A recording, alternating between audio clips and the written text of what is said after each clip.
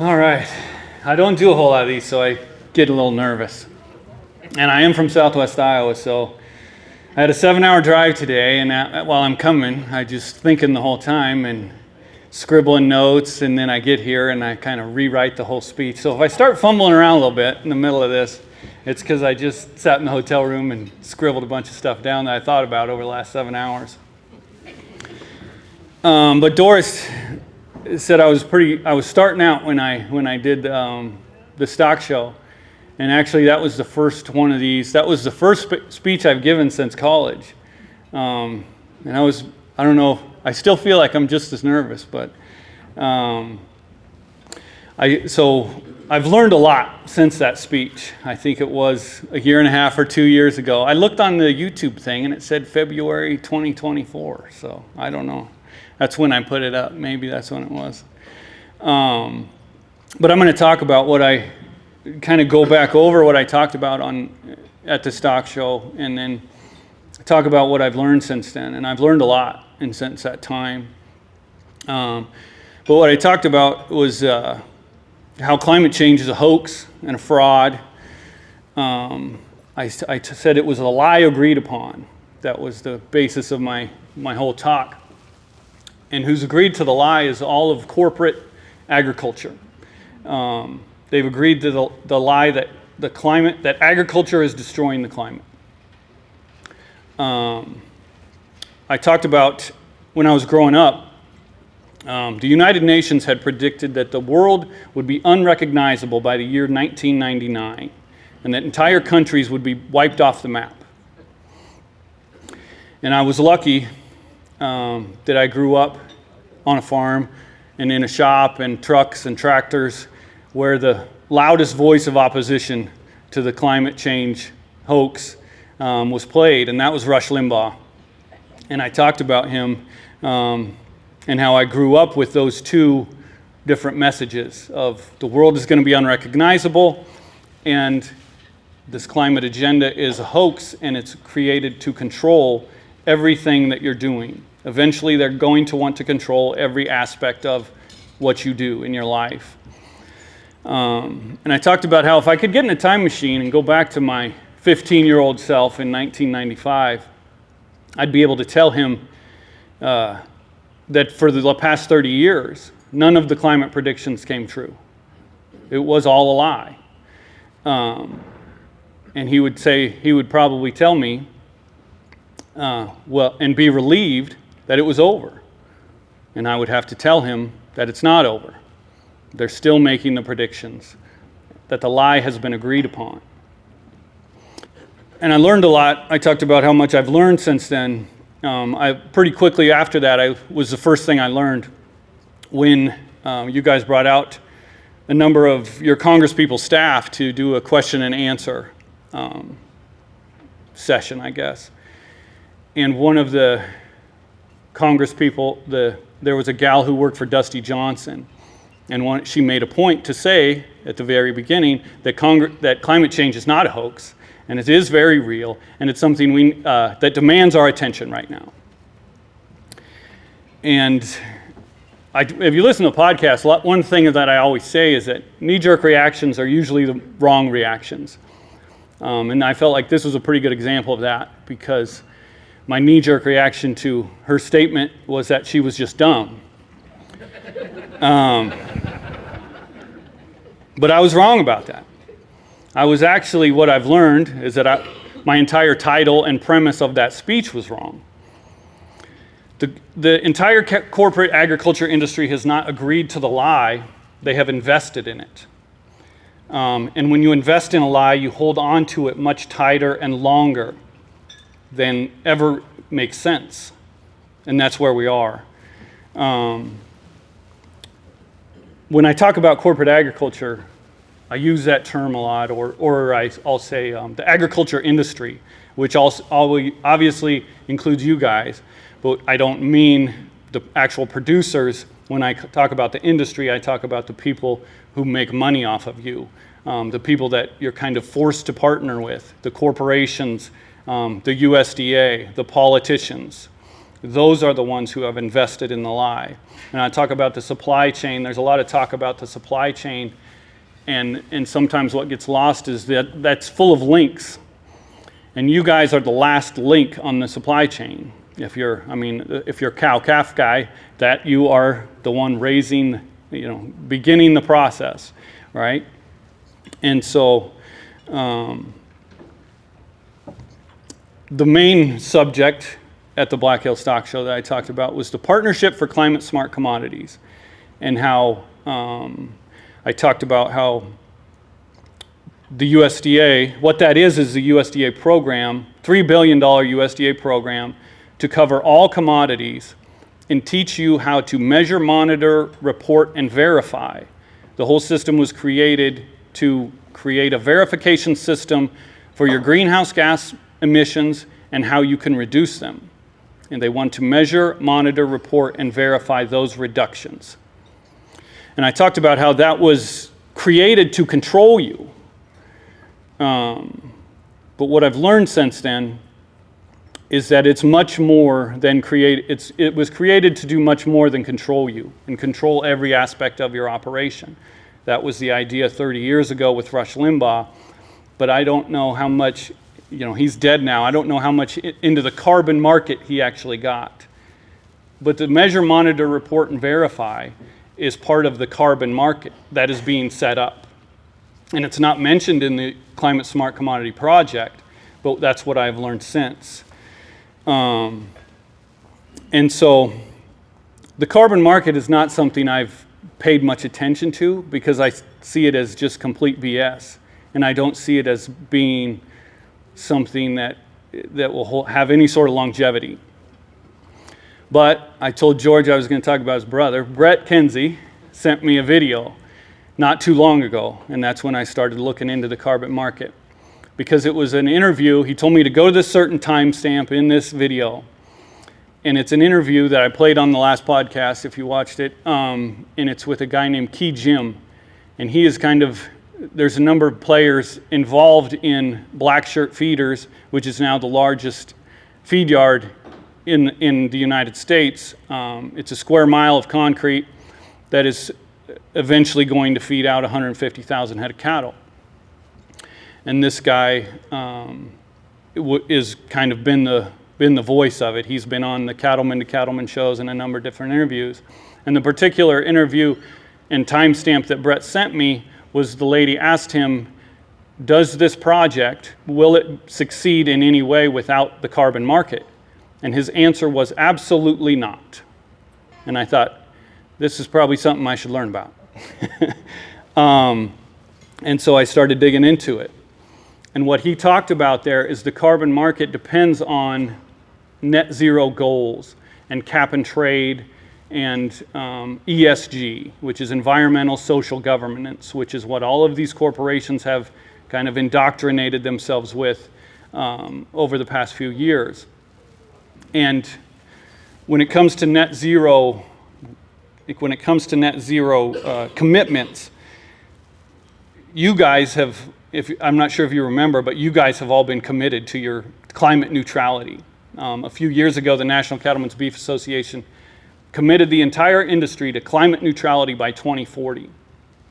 And what that means is you have to reduce your emissions, just as like if you have a certain amount of emissions that you create, you have to reduce your emissions that exact same amount. And that is where cap and trade comes in. Cap and trade's talked a lot about, but it's not really explained very often. Cap and trade is when countries or businesses or even states, California has their own cap and trade program, they put a cap on emissions. But the trade is that you can buy carbon offsets. And that's what Key Jim is talking about. They would sell carbon offsets from their manure, which I'll get into in a second. But you can buy carbon offsets to reduce your emissions and get down to below that cap. That's how you get to net zero, is you buy carbon offsets. And that is what the carbon market is based on. And so what all of this whole thing has kind of taught me is that when John Kerry got invited to the USDA, and he gets out in front and says, agriculture is the largest contributor of greenhouse gases in the world. 30% of all greenhouse gases come from agriculture. And you hear nothing from the corporate ag industry. There's no pushback because back in their boardrooms, they're saying, heck yes, we are. Because if you are the largest polluter, then the entire value of the carbon market comes from reducing your emissions. If you create the most emissions, you have the most potential value.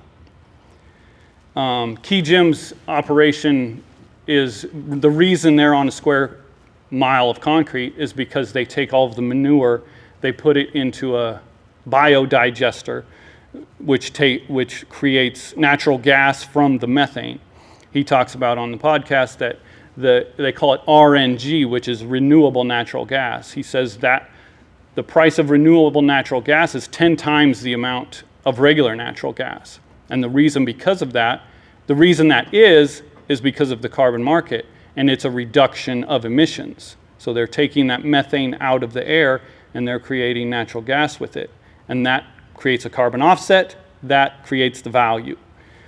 The first outfit that got into the climate smart beef was Tyson Foods.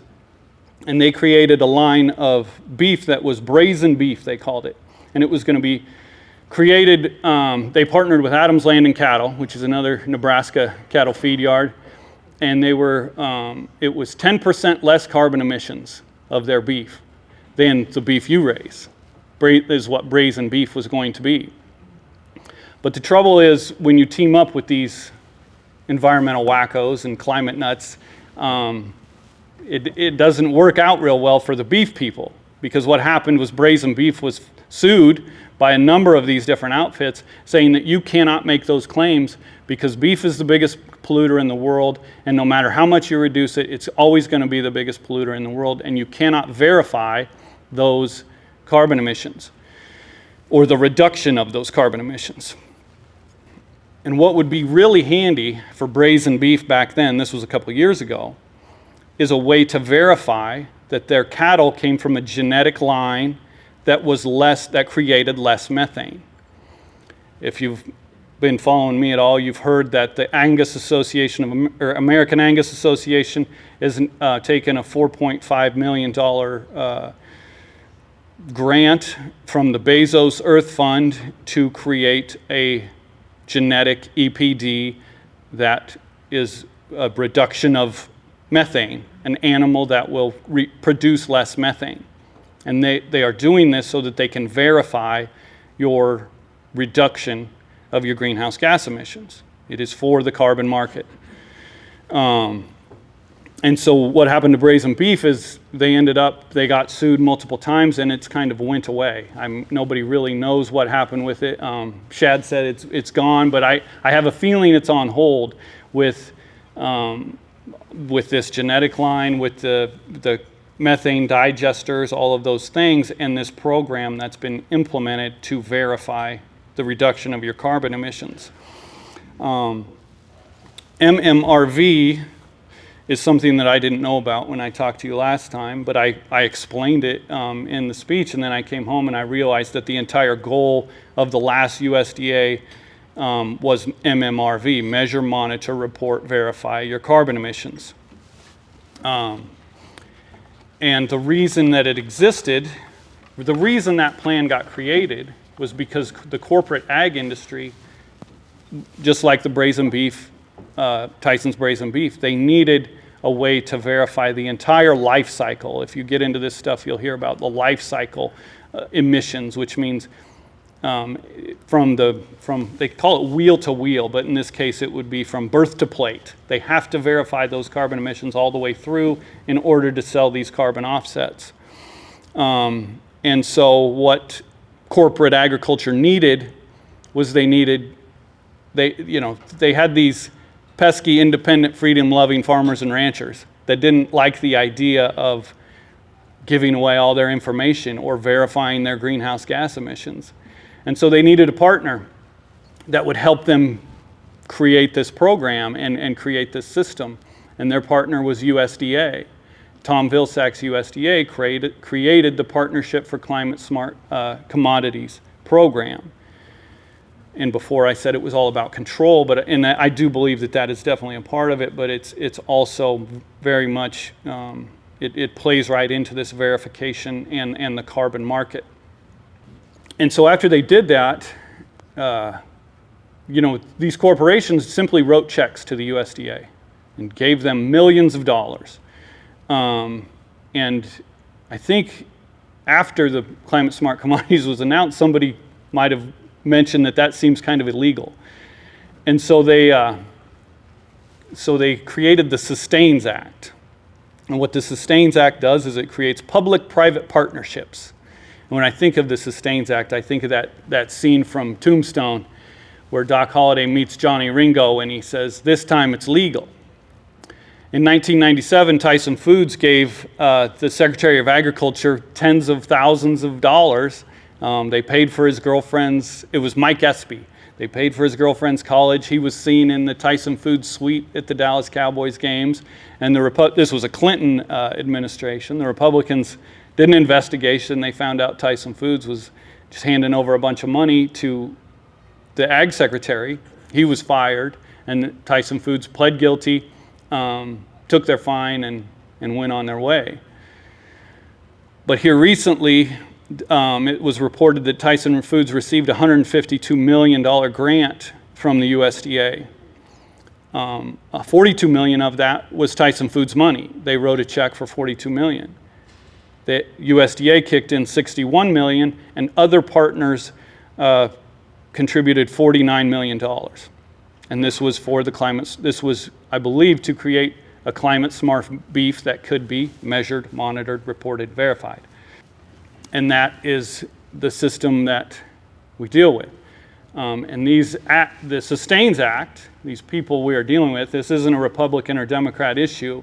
It was sponsored by G.T. Thompson, the current, I believe, the head of Ag Committee in the Senate. And a co-sponsor was Dusty Johnson. He's invested in the lie. And his staff member made that clear. Another co-sponsor was my representative, Randy Feenstra, another Republican, so all three. But that kind of shows where we're at. But to go back to Key Jim and his business, his corporate business, and the brazen beef, he cannot exist without this carbon market and the ability to verify these carbon reduction of carbon emissions. And so where we are now, the Angus Association is creating this genetic line. Black Shirt Feeders is said to, they're only going to keep beef on dairy.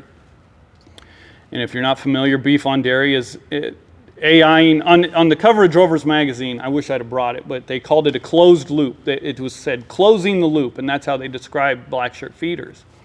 And the closed loop was they were going to AI the dairy cattle with their semen, and then they would, which is usually Angus when they do the beef on dairy, and then those cattle would be born. The calves would be taken off, I believe, a day after they were born, put into the huts or the system there they have where they bottle feed all the calves or bucket feed them, and then once they're able to eat, they go to this Black Shirt Feeders and they're finished. And then the Black Shirt Feeders looks at that data, which they didn't talk about what that data exactly was, and they refine the genetics. And so right now he is selling this RNG, which has created a lot of value from natural gas, much more valuable than the actual product. But once he is able to verify the entire life cycle of the cattle he's buying, it will create a much more, if there is a successful carbon market, it will create a much more valuable beef that he's selling. And that might sound good to you, but it doesn't sound good to me. Because, as they said, it's a closed loop, and you're not involved. But where we are now, compared to where we were when I was at the Black Hill Stock Show, looks a lot different. We have a completely different administration and a new president who campaigned. He said during his campaign that climate change was a hoax. And that way it was created to control people. When he became president, he signed a number of different executive orders, one of them ending the Paris Agreement. The Paris Agreement is kind of set up to create these carbon markets. In Europe, they call it the ETS, which is your emission trading system. And the entire EU has a cap and trade system. And the Paris Agreement is kind of where they create all of this system. And he has removed us from that as soon as we can. He's also signed an executive order that will ban states from having a cap and trade system. California and I believe Washington have their own cap and trade system where industries, specific industries they have a cap and they have to buy the offsets to reduce their emissions. That's what goes into this market. That was at the beginning of the administration, and here we are a few months in. And we also have a new Secretary of Agriculture, and she announced that she was putting an end to the partnership with Climate Smart Commodity Program. She changed the name. She called it was part of the Green New Scam, was her name for it. And she changed the name to Advancing Markets for Producers, which at the first I thought, well, that seems all right. But then as I'm learning more about a brand new market that is trying to be advanced, I'm not so sure I like that name. They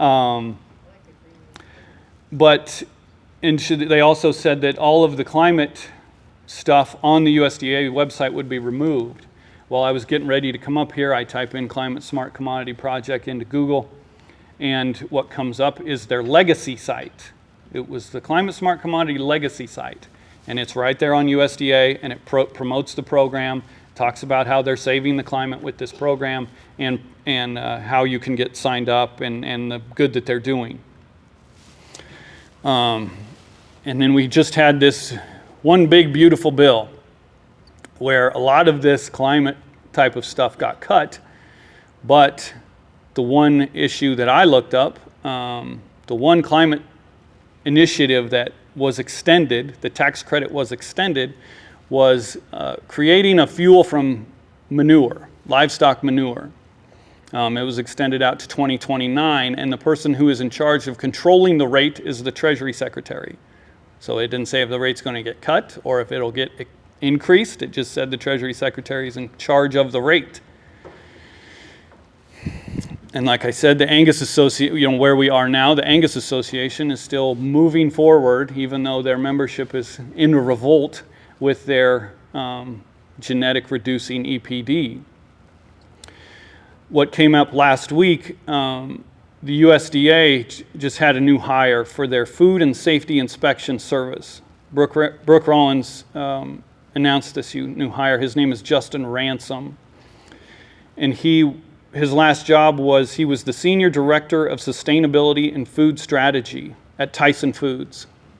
He happened to be the same person who was in charge of the rollout of braised beef, the Climate Smart beef line. He is now a director in our USDA. He is straight out of the Biden administration. He is a perfect Tom Vilsack hire. And that's where we are. These people are not giving up. They have invested in the lie, and they're not letting go of it. So we're in a fight. And we have some good fighters on our side. Harriet Hageman has introduced a bill called H.R. 773, and what it does is it bans public-private partnerships. She so far has 0 co-sponsors on her bill, but we're hopefully going to change that soon. When I was at the Black Hill Stock Show, I talked about, I'm from Iowa, and so we're right in the middle of the presidential primary, and there was a guy crisscrossing our state like I've never seen, and his name was Vivek Ramaswamy. And he said that we are at the end of all of his speeches, he would say, we are in a 1776 moment, meaning we are in a moment where we need to declare our independence again. And as I watched that speech back and getting ready for this one, I really related to that, because 1776 was the Declaration of Independence, but it wasn't when we won it. The Revolutionary War ended in 1881 with the surrender of the British. There was a 5-year fight after the Declaration that had to be fought before we ever gained our independence. And the people who are determined to make that investment in their lie pay are fighting. And if we want to combat the lies, we will have to fight them. And so, how do you fight the lies? Obvious answer would be the truth. There's this quote out there. I like to deal with quotes, and the one you always think of when you think about the truth is that it will set you free. The truth will set you free. And it's so overused that I didn't really want to use it, and it's so overused that I couldn't even remember where it came from, which I'm sure disappoints my mother, but like the rest of the heathens, I turned to Google for the answer. And Google sent me to where I should be looking for answers. The full quote is, "Then you will know the truth, and the truth will set you free." They answered him, "We are Abraham's descendants and have never been slaves of anyone. How can you say that we shall be set free?"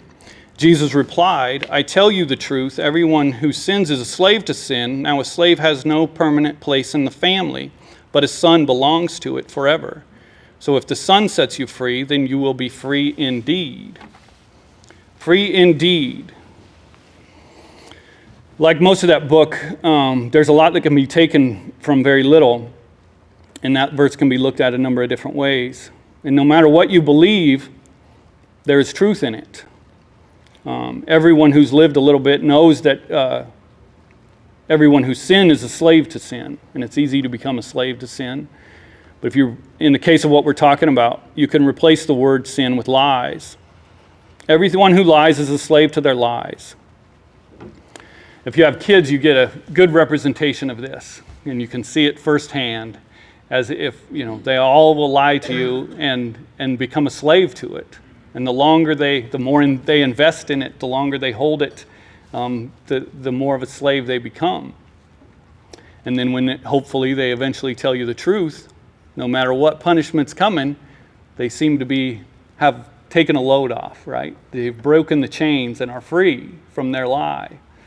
The slaves who wear the strongest and heaviest chains when it comes to lies are those who have invested in it. And that is your agriculture industry. Another thing I've learned over the past couple of years is that I've learned from South Dakota is how to fight for the truth. There was a guy who was speaking in the South Dakota legislature named Marty Overweg, and he said, "What I like farming is there's truth in it." And that's a quote I've never forgot. I forgot who did it, and I actually sent Amanda Radke a message a while back because she was so involved in this fight, and I figured she remembered, and she sent me the video. And he talks about the hard truths that are involved in farming. Sometimes our appreciation for agriculture is hard to put into words, but I feel like that's a good statement, and it really stuck with me because there is truth in farming. Planting a seed and watching it grow, raising animals, watching them grow, creating food. There is truth in that. But at the end of my speech last time, I talked about legacy. And I said we had a choice in the kind of legacy we leave. We could be leaving a legacy of EID tags, windmills, solar farms, carbon pipelines. But what I've learned since then is that it's much worse than that. If we invest in this lie, we will leave the future generations enslaved to it. That will be our legacy. But if you invest in the truth, that is agriculture, we will leave a legacy of freedom and ensure that future generations will be free. Free indeed. Thank you.